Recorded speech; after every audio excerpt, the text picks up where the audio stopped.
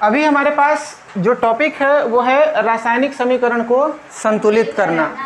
रासायनिक समीकरण में क्या क्या हो रहा है, मैग्नीशियम नाइट्राइड की क्रिया जल से कराया जा रहा है तो बन क्या रहा है, मैग्नीशियम हाइड्रोक्साइड और अमोनिया। मैग्नीशियम नाइट्राइड का सूत्र आपको पता है? नहीं है।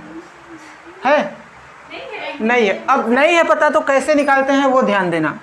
मैग्नीशियम का तो क्या होता है, और नाइट्राइट है तो नाइट्रोजन होगा, तो NGN इसका सूत्र नहीं है। अब देखते हैं, जब भी कोई चीज़ बनता है ना तो इसकी संयोजकता उस पे लगती है और इसकी संयोजकता इस।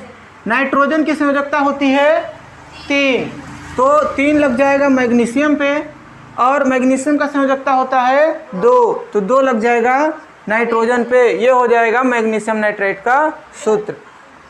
जल तो आपको पता है। इसके बाद मैग्नीशियम हाइड्रोक्साइड का सूत्र क्या होता है? हाइड्रोक्साइड उसको बोलते हैं जिसमें OH लगा होता है, तो मैग्नीशियम OH2। क्यों? क्योंकि मैग्नीशियम की संयोजकता होती है, तो इसकी संयोजकता बगल वाले पे लगती है। OH की संयोजकता होती है 1, वो इस पे लगी है और 1 को नहीं लिखते हैं। अमोनिया का सूत्र होता है NH3। इसमें क्या मैग्नीशियम अभी कितना है यहाँ पे, और इधर कितना है?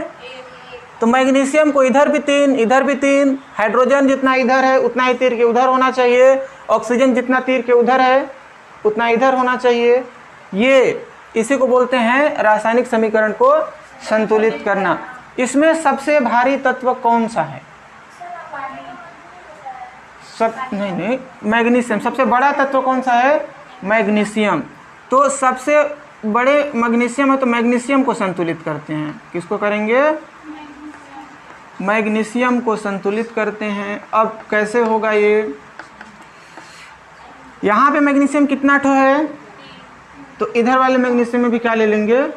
3। तो पूरे समीकरण को लिखेंगे Mg3N2 प्लस H2O। Mg के पहले कितना लिख देंगे? 3 MgOH2 प्लस NH। एक चीज़ हमने कर दिया, वो मैग्नीशियम को संतुलित करना था। मैग्नीशियम 3 था, मैग्नीशियम 3 हो गया।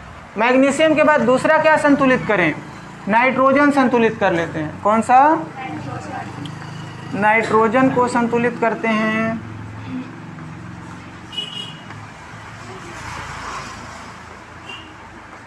नाइट्रोजन को संतुलित करते हैं। यहाँ पे नाइट्रोजन कितना ठो है?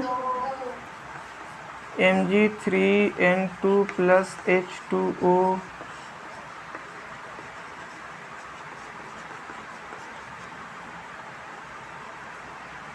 यहाँ पे नाइट्रोजन कितना है? तो जैसे यहाँ पे 1 था उसको 3 से गुणा करके 3 Mg कर दिए, वैसे ही यहाँ पे नाइट्रोजन कितना है? नाइट्रोजन 2 है, तो इस N के पहले भी क्या लगा देते हैं? अब क्या बराबर हो गया? नाइट्रोजन। 2 चीज़ें बराबर हुई, मैग्नीशियम बराबर हो गया और नाइट्रोजन बराबर हो गया। अब किसकी बारी है? पानी की नहीं, हाइड्रोजन या ऑक्सीजन। अब करते हैं ऑक्सीजन को बराबर। ऑक्सीजन को संतुलित करते हैं।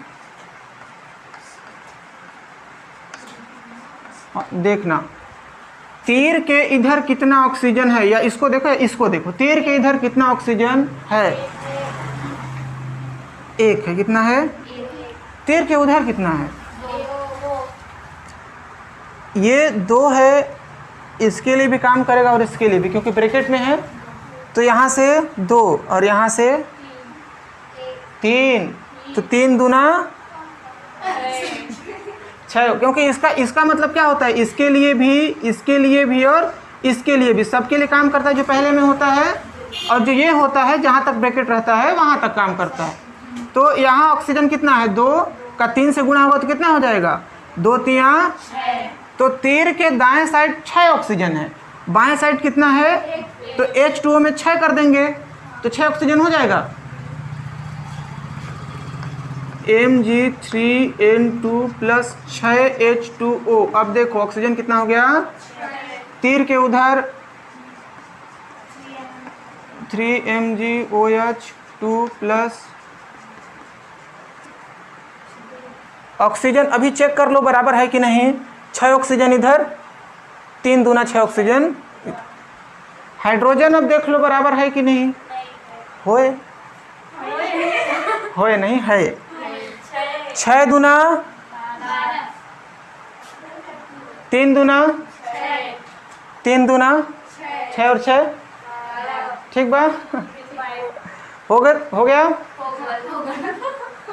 हो गया। अब देखो सब चीज़ बराबर हो गया। सबसे पहले मैग्नीशियम किए, दूसरे नंबर पे नाइट्रोजन किए, तीसरे नंबर पे ऑक्सीजन किए। 3 चीज़ बराबर किए तो चौथा अपने आप लाइन में आ गया। हाइड्रोजन को कुछ किए ही नहीं हम लोग, फिर भी हाइड्रोजन कैसा हो गया, बराबर। तो जो ये हमारा समीकरण आया है ना, हमारा फाइनल आंसर यही है। जब ये क्वेश्चन आपके पेपर में आएगा तो ये सारी चीज़ें रफ कार्य में करना है। किस में करना है? ये सवाल है और ये आंसर है। तो ये सवाल है तो सवाल तो नहीं लिखते हैं पेपर में, आंसर लिखोगे तो आंसर ये है, ठीक है।